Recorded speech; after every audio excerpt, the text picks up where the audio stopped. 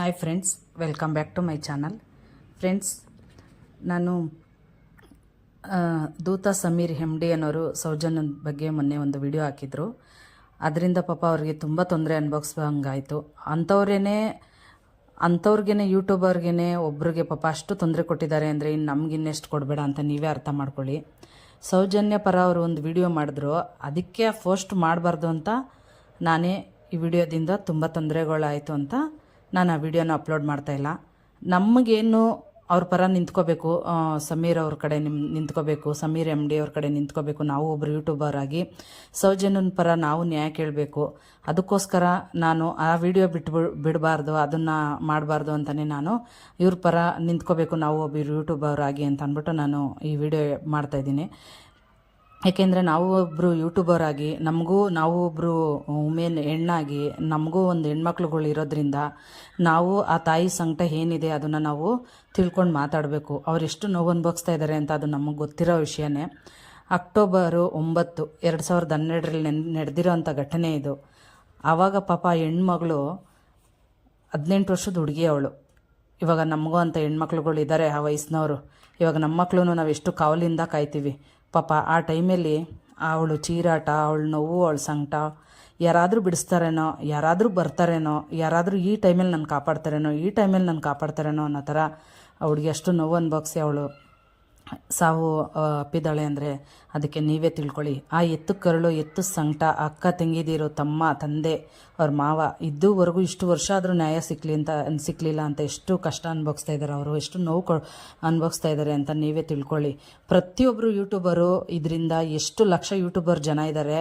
ಈ ಸೌಜನ್ಯದ ಪರ ನಿಂತ್ಕೊಬಿಟ್ರೆ, ಸಮೀರ್ ಅವ್ರ ಪರ ನಿಂತ್ಕೊಂಡ್ರೆ ಯಾರು ಏನು ಮಾಡೋಕ್ಕಾಗಲ್ಲ. ಅಷ್ಟು ಶಕ್ತಿ ಇದೆ ಯೂಟ್ಯೂಬರ್ಗೆ ಅನ್ನೋದು ಆವಾಗ ಒಂದು ಬೆಲೆ ಗೊತ್ತಾಗುತ್ತೆ ಅಂತಲೇ ನಾನು ಹೇಳ್ತೀನಿ. ನಿಜವಾಗ್ಲೂ ಪ್ರತಿಯೊಬ್ಬರು ಸಪೋರ್ಟ್ ಮಾಡೋಣ. ನಾವು ಯಾರ ಬಗ್ಗೆನೂ ಮಾತಾಡೋ ಅಂಥ ಅವಶ್ಯಕತೆ ಇಲ್ಲಿಲ್ಲ. ಯಾರು ತಪ್ಪು ಕೆಲಸ ಮಾಡಿದ್ದಾರೆ ಅವ್ರಿಗೆ ಶಿಕ್ಷೆ ಆಗಬೇಕು ಅನ್ನೋದೇ ನಮ್ಮ ಉದ್ದೇಶ. ಅದೇ ಥರನೇ ಸಮೀರ್ ಅವ್ರ ಉದ್ದೇಶನೂ ಅಂತಲೇ ಹೇಳ್ಬೋದು. ಜಾತಿ, ಧರ್ಮ, ಮತ ಅನ್ನೋದು ಒಂದು ಕಡೆ ಬಿಟ್ಬಿಡ್ಬೇಕು. ಯಾರು ಜಾತಿ, ಧರ್ಮ, ಮತ, ಆ ಜಾತಿಯವರು ಗಲಭೆ ಬರೆಸಿದ್ರು, ಈ ಜಾತಿಯವನು ಇವನು ಅನ್ನೋದೆಲ್ಲ ಬಿಟ್ಟು ಮೊದಲು ಒಂದು ಹೆಣ್ಮಗಳಿಗೆ ನ್ಯಾಯ ಕೇಳ್ತಾ ಇದ್ದಾರಲ್ಲ, ಅವರು ನ್ಯಾಯ ಕೇಳೋದಕ್ಕೋಸ್ಕರ ವಿಡಿಯೋ ಮಾಡಿದಾರಲ್ಲ, ಅದನ್ನು ಮೊದಲು ಯೋಚನೆ ಮಾಡಿ. ನಿಮ್ಮ ಮನೆಯಲ್ಲೂ ಹೆಣ್ಮಕ್ಳಿದ್ದಾರೆ, ನಿಮ್ಮ ಮನೆಯಲ್ಲೂ ನಿಮಗೂ ಹೆಂಡ್ತಿದಿರಿದ್ದಾರೆ, ಅಕ್ಕ ತಂಗಿರಿದ್ದಾರೆ, ಎಲ್ಲರೂ ಇದ್ದಾರೆ. ಅವ್ರ ಬಗ್ಗೆನೂ ಅವ್ರಿಗೆ ಆ ಥರ ಪರಿಸ್ಥಿತಿ ಬಂದರೆ ಯಾರು ನ್ಯಾಯ ಕೇಳ್ತಾರೆ? ಪರಿಸ್ಥಿತಿ ಬಂದರೆ ನಾವೇ ತಾನೇ ಕೇಳಬೇಕು. ಇಂಥವ್ರೊಬ್ರು ಇದ್ದರೆ ನ್ಯಾಯ ಬರ್ಬೋದಲ್ಲ ಆಚೆಗಡೆಗೆ ಅನ್ನೋದನ್ನ ಯೋಚನೆ ಮಾಡಿ ಅಂತಲೇ ನಾನು ಹೇಳ್ತೀನಿ.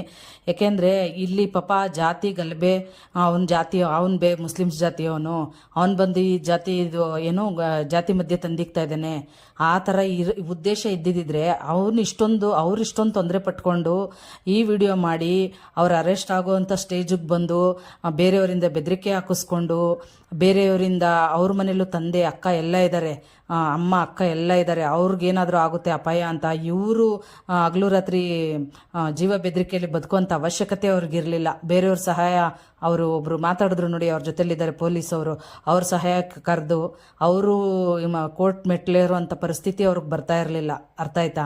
ಈ ಥರ ತೊಂದರೆ ಆಯ್ತದೆ. ಅವ್ರ ಜಾತಿಯವರಾಗಿ ಇವರು ಈ ಥರ ಮಾತಾಡಿ ನಾನ್ಯಾಕೆ ಸಿಕ್ಕೋಕೋಬೇಕು ಅಂತ ಅವ್ರಿಗೆ ಮೈಂಡಲ್ಲಿ ಇರುತ್ತಲ್ಲ. ಯಾಕೆ ಮಾಡಬೇಕಾಗಿತ್ತು ಅವರು? ಒಂದು ಹೆಣ್ಮಗುಗೆ ನ್ಯಾಯ ಕೇಳಕ್ಕೆ ಮಾಡಿರೋದು. ಆಮೇಲೆ ಇನ್ನೊಂದು ತಿಳ್ಕೊಬೇಕು ನೀವು, ಇಲ್ಲಿ ಬಂದ್ಬಿಟ್ಟು ಅವ್ರು ಏನು ಹೇಳಿದ್ದಾರೆ ಅಂತಂದರೆ, ಮಂಜುನಾಥ ಸ್ವಾಮಿ ಬಗ್ಗೆ ಅವರು ಯಾವುದೇ ತಪ್ಪು ಮಾತಾಡಲಿಲ್ಲ. ಅಲ್ಲಿ ಅವ್ರು ವಿಡಿಯೋ ಮಾಡಿರೋದ ತಪ್ಪು ತಿಳ್ಕೊಂಡಿರೋ ಅಂಥವ್ರು 100 ಸಲ ವಿಡಿಯೋನ ರಿಪೀಟ್ ಮಾಡಿ ನೋಡಿದ್ರೆ ಅವ್ರಿಗೆ ಗೊತ್ತಾಗುತ್ತೆ. ದೇವ್ರ ಬಗ್ಗೆ ಯಾರೂ ತಪ್ಪಾಗಿ ಮಾತಾಡಿಲ್ಲ. ಅವರು ಸಮೀರ್ ಎಮ್ ಡಿ ಅವರು ಕೂಡ ತಪ್ಪಾಗಿ ಮಾತಾಡಿಲ್ಲ. ದೇವಸ್ಥಾನದ ಬಗ್ಗೆನೂ ತಪ್ಪಾಗಿ ಮಾತಾಡಿಲ್ಲ.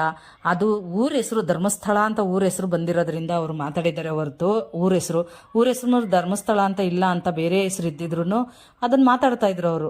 ಊರ ಹೆಸರು ಅದ್ರ ಇರೋದ್ರಿಂದ ಊರ ಹೆಸರು ತೊಗೊಂಡಿದ್ದಾರೆ ಹೊರತು ದೊಡ್ಡವ್ರ ಹೆಸರು ಯಾರು ಮಾಡಿದ್ದಾರೆ ಅನ್ನೋರ ಹೆಸರು ಅವ್ರು ತೊಗೊಂಡಿಲ್ಲ. ಆಯಿತಾ? ಇಲ್ಲಿ ಯಾರ್ಯಾರು ಕೈವಾಡ ಇದೆ ಅಂತನೂ ಅವ್ರು ತೊಗೊಂಡಿಲ್ಲ. ಅವರು ಹೇಳಿರೋದು ದೇವ್ರ ಬಗ್ಗೆ ಅಂತೂ ಅವರು ಯಾವುದೇ ಕಾರಣಕ್ಕೂ ಅವರು ತಪ್ಪಾಗಿ ಹೇಳಿಲ್ಲ. ಇವಾಗ ಇವ್ರಿಗೆ ಸೌಜನ್ಯಗೆ ನ್ಯಾಯ ಸಿಗ್ತಾ ಇದೆ ಅಂದರೆ ಮಂಜುನಾಥ ಸ್ವಾಮಿಯಿಂದನೇ ಸಿಗ್ತಾ ಇದೆ ಅಂತಲೇ ತಿಳ್ಕೊಳ್ಳಿ. ಇಷ್ಟು ದಿನ ಅಲ್ಲಿ ಬರ್ತಾಯಿತ್ತು, ಹೋಗ್ತಾಯಿತ್ತು, ಗಲಭೆ ಬರ್ತಾಯಿತ್ತು, ಅಲ್ಲಿ ಮುಚ್ಚಾಕ್ತಾಯಿದ್ರು, ಅಲ್ಲಿ ಬರ್ತಾಯಿತ್ತು, ಅಲ್ಲಿ ಮುಚ್ಚಾಕ್ತಾಯಿದ್ರು. ದೇವರೇ ಆ ಹೆಣ್ಮಗುಗೆ ನ್ಯಾಯ ದೊರಕಿಸ್ಕೊಡ್ಬೇಕು ಅಂತ ನೆನ್ನೆ ಮಂಜುನಾಥ ಸ್ವಾಮಿನೇ ಇವಾಗ ಈ ಥರ ನ್ಯಾಯ ಸಿಗಲಿ ಅಂತಲೇ ಇದನ್ನು ಮುಂದೆ ತಂದಿರೋದು ಅಂತಲೇ ತಿಳ್ಕೊಬೇಕು ನಾವೆಲ್ಲ ಅಂತಲೇ ಹೇಳ್ತೀವಿ ಫ್ರೆಂಡ್ಸ್. ಯಾರೇ ಆಗಲಿ ದೇವ್ರ ಬಗ್ಗೆ ದೇವ್ರನ್ನೇ ನಂಬಿರೋದು ನಾವು, ಜನನ್ನೆಲ್ಲ ನಂಬಿರೋದು. ಜನನ ನಂಬಿದ್ರೆ ಈ ಥರ ದ್ರೋಹ ವಂಚನೆನೇ ಆಗೋದು. ದೇವ್ರನ್ನ ನಂಬಿದ್ರೇ ಮುಂದಕ್ಕೆ ಯಾವತ್ತಾದ್ರೂ ಕಾಪಾಡೋದು ಅಂತಲೇ ನಾನು ನಂಬಿರೋಳು. ಆ ಹೆಣ್ಮಗಳು ನಮಗೂ ಆ ಥರ ವಯಸ್ಸಿಗೆ ಬಂದು ಮಕ್ಕಳಿದ್ದಾರೆ. ಆ ಹೆಣ್ಮಗಳು ಎಷ್ಟು ನೋವು ಅನುಭವಿಸಿದೆ, ಅವ್ರಿಗೆ ನ್ಯಾಯ ಸಿಗಬೇಕು. ಅವ್ರ ತಂದೆ ತಾಯಿ ಎಷ್ಟು ಕಷ್ಟ ಅನುಭವಿಸ್ತಾ ಇದ್ದಾರೆ, ನೋವು ಪಡ್ತಾ ಇದ್ದಾರೆ, ಅದನ್ನು ಅವ್ರ ಪರಿಹಾರ ಆಗಬೇಕು, ಸಿಗಬೇಕು. ಇವಾಗ ನೀವು ನೋಡಿ, ಸಮೀರ್ MD ಅವರು ಜಾತಿ ಭೇದ ಅಂತ ಎಲ್ಲ ಮಾತಾಡ್ತಾ ಇದ್ದಾರಲ್ಲ, ಅವರಷ್ಟು ತೊಂದರೆ ಪಡುವಂಥದ್ದು ಅವಶ್ಯಕತೆನೇ ಇರಲಿಲ್ವಲ್ಲ ಫ್ರೆಂಡ್ಸ್. ನಿಜವಾಗ್ಲೂ ಆ ಅವಶ್ಯಕತೆನೇ ಇರಲಿಲ್ಲ. ಅವ್ರು ಏನಾದ್ರೂ ಆರಾಮಾಗಿರ್ಬೋದಾಯ್ತು ಬೇರೆಯವ್ರ ಥರ.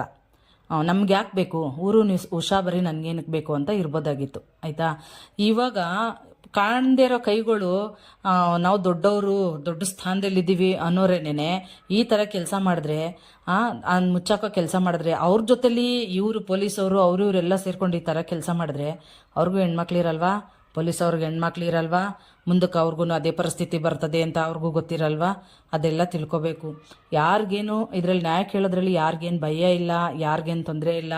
ಯಾರು ಮಾಡಿದ್ದಾರೆ ಅನ್ನೋ ಹೆಸರು ಯಾರು ತೊಗೊಂಡಿಲ್ಲ, ಹೇಳ್ತಾನೂ ಇಲ್ಲ. ಮಾಡಿರೋರು ಯಾವತ್ತಿದ್ರೂ ಕಣ್ಮುಂದೆ ಬಂದೇ ಬರ್ತಾರೆ, ನ್ಯಾಯ ಸಿಗುತ್ತೆ ಅಂತ ನಂಬಿರೋರು ನಾವು. ಸಮೀರ್ MD ಅವ್ರಿಗೆ ಪ್ರತಿಯೊಬ್ಬರು ಯೂಟ್ಯೂಬರು ಕೈ ಜೋಡಿಸೋಣ, ಅವ್ರ ಪರ ನಿಂತ್ಕೊಳ್ಳೋಣ. ಎಷ್ಟು ಲಕ್ಷ ಯೂಟ್ಯೂಬರ್ ಇದ್ದೀವಿ, ಅಷ್ಟು ಲಕ್ಷ ಯೂಟ್ಯೂಬರು ಎಲ್ಲ ಕಡೆನೂ ಇದು ವೈರಲ್ ಆಗಕ್ಕೆ ಬಿಟ್ಬಿಟ್ಟು ಅವ್ರ ಕಡೆ ನಿಂತ್ಕೊಂಡ್ರೆ ಆ ಶಕ್ತಿ ಮುಂದೆ, ಎಲ್ಲರ ಶಕ್ತಿ ಮುಂದೆ ಯಾರು ಏನು ಮಾಡೋಕ್ಕಾಗಲ್ಲ ಅಂತ ನಾನು ಹೇಳ್ತಿದ್ದೀನಿ ಫ್ರೆಂಡ್ಸ್. ಖಂಡಿತ ನಿಂತ್ಕೊಳ್ಳಿ ಎಲ್ಲರೂ ಅಂತಲೇ ನಾನು ಹೇಳ್ತೀನಿ. ಎಂಥ ಯೂಟ್ಯೂಬರ್ ಇದ್ರೂ ಇದ್ರ ಪರ ಮಾತಾಡ್ಕೊಂಡು ನಿಂತ್ಕೊಳ್ಳಿ, ಯಾರೇನು ಮಾಡೋಕ್ಕಲ್ಲ. ಒಬ್ರಿಗೆ ಮಾಡ್ಬೋದು, ಇಬ್ರಿಗೆ ಮಾಡ್ಬೋದು, ಲಕ್ಷಾಂತರ ಜನ ಯೂಟ್ಯೂಬರ್ಗೂ ಅವ್ರಿಗೆ ಏನು ಮಾಡೋಕ್ಕಾಗೋವಂಥ ಶಕ್ತಿ ಇರ್ತದೆ ಹೇಳಿ ನೀವೇ. ಪ್ರತಿಯೊಬ್ಬರು ಕೈ ಜೋಡಿಸಿ ಅಂತಲೇ ನಾನು ಹೇಳ್ತೀನಿ. ಅದು ನಿರ್ಭಯ ಕೇಸ್ ಬಂತು, ಇವರು ಸೌಜನ್ಯಕ್ಕಿಂತ ವಿಕಾರವಾಗಿ ಇತ್ತು ಅವ್ರನ್ನ ಸಾಯಿಸಿದ್ದು. ಅಂಥವ್ರಿಗೆ ನ್ಯಾಯ ಸಿಕ್ತು. ಗಲ್ಗಾಕಿದ್ರು, ಅಂಥವ್ರಿಗೆ ನ್ಯಾಯ ಸಿಕ್ತು. ಆಮೇಲೆ ಆಂಧ್ರ ಪ್ರದೇಶದಲ್ಲಿ ಒಂದು ಡಾಕ್ಟ್ರನ್ನ ಮಾಡಿದ್ರು, ಅಂಥವ್ರಿಗೆ ಪೊಲೀಸ್ ಅವ್ರಿಗೆ ನಾವು ಹ್ಯಾಂಡ್ಸ್ ಆಫ್ ಮಾಡಬೇಕು ನಿಜವಾಗ್ಲೂ. ಅವರು ರೋಡಲ್ಲೇ ಅದೇ ಜಾಗದಲ್ಲಿ ಆ ಹುಡುಗಿನ ಏನು ಮಾಡಿದ್ರು, ಅದೇ ಜಾಗದಲ್ಲಿ ವೆನ್ಕೇರಿಗೆ ಬಂದು ಅಲ್ಲೇನೇ ಸೂಟ್ ಮಾಡಿ ಸಾಯಿಸಿದ್ರು. ಆ ಥರ ಅವ್ರಿಗೆ ನ್ಯಾಯ ಸಿಕ್ತು. ಮತ್ತು ಇನ್ನೊಂದು ಚಿಕ್ಕ ಮಗುದೊಂದು ಬಂದಿತ್ತು, ಆ ಹುಡುಗಿಗೂ ನ್ಯಾಯ ಸಿಕ್ತು. ಅಂಥವ್ರಿಗೆಲ್ಲ ನ್ಯಾಯ ಸಿಗ್ತಾ ಇದೆ ಅಂದರೆ ಸೌಜನ್ಯನ್ಗೆ ಏಕೆ ನ್ಯಾಯ ಸಿಗ್ತಾ ಇಲ್ಲ? ಯಾವಾಗೂ ಈ ಕೇಸ್ ಬಂದ್ರೂ ಯಾವಾಗೂ ಮುಚ್ಚಿ ಹೋಗ್ತಾ ಇದೆ, ಮುಚ್ಚಾಕ್ತಾ ಇದ್ದಾರೆ. ಯಾಕೆ ನ್ಯಾಯ ಸಿಗ್ತಾ ಇಲ್ಲ? ಆದರೆ ಕೈವಾಡ ಏನಿದೆ, ಎಷ್ಟು ಶಕ್ತಿ ಇದೆ ಇದರಲ್ಲಿ ಕೈವಾಡ ನಡೆಸುವಂಥದ್ದು, ಎಷ್ಟು ದೊಡ್ಡವರು ಇದ್ದಾರೆ ಇದರಲ್ಲಿ ಈ ಕೇಸಲ್ಲಿ.